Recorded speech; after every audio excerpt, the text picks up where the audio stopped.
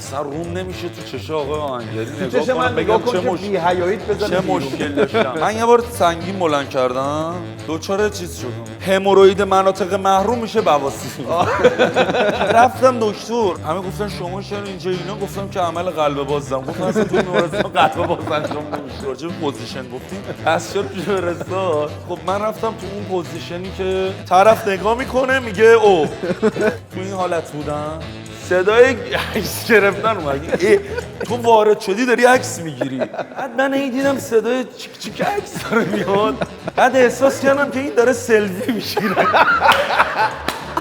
من و هموروید علی صبوری. آره بعد شک کردم یعنی این حالتم من کلم از این زیر داشتم اونو نگاه می‌کردم. حالا اگر کسی سیستم اون دکتر هک کنه یه عکسی که چهره کامل هر شب به این شک دارم که اون عکسم میاد بیرون. از اتفاقی که برای کیم کارداشیان افتاده خیلی مهم‌تر میشه. خیلی اتفاق تلخیه.